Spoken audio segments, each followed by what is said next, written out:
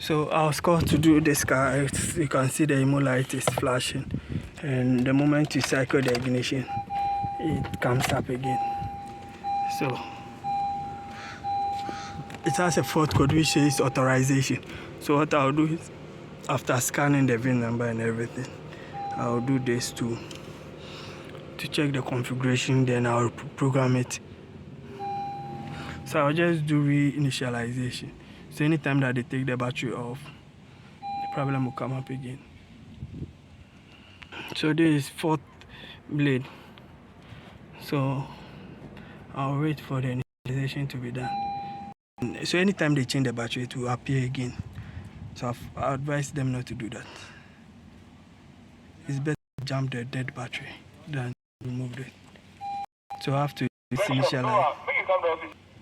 So now that it's loading, I'll select one key, because I'm having only one key with me here. So, and I'll follow the procedure. So this IMO light that keeps flashing go off. So follow the procedure for the key light to go off. So when the key light is on, the car will never start.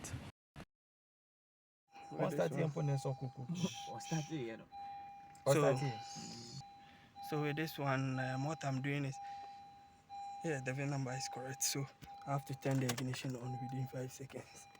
It is now on. I have to wait.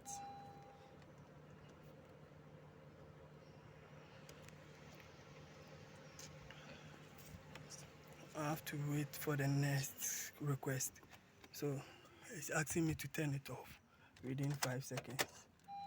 And it will identify it and tell me to turn it on within 15 seconds. Then I will check if the immobilizer light is off. And you can now see that now the immobilizer light is off. So it's requesting turn off and turn on again. So I'll just wait for it to finish what it is doing. The immobilizer light comes back again. So it will request turn off again. Then turn off.